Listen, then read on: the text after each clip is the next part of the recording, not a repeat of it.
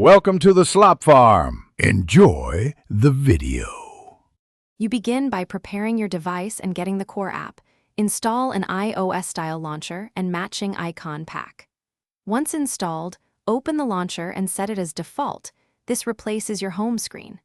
Make sure to grant storage and notification access so widgets and badges work.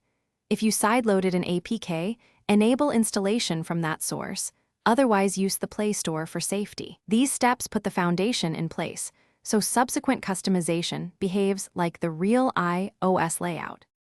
Next, you adjust layout details to mimic iOS precisely. Change the grid to 4x6 or 5x6 and remove app labels to match the clean look. Add an iOS-style dock and configure folder previews so folders open like apples. Install a control center clone and position it for quick access. Configure gestures to summon it.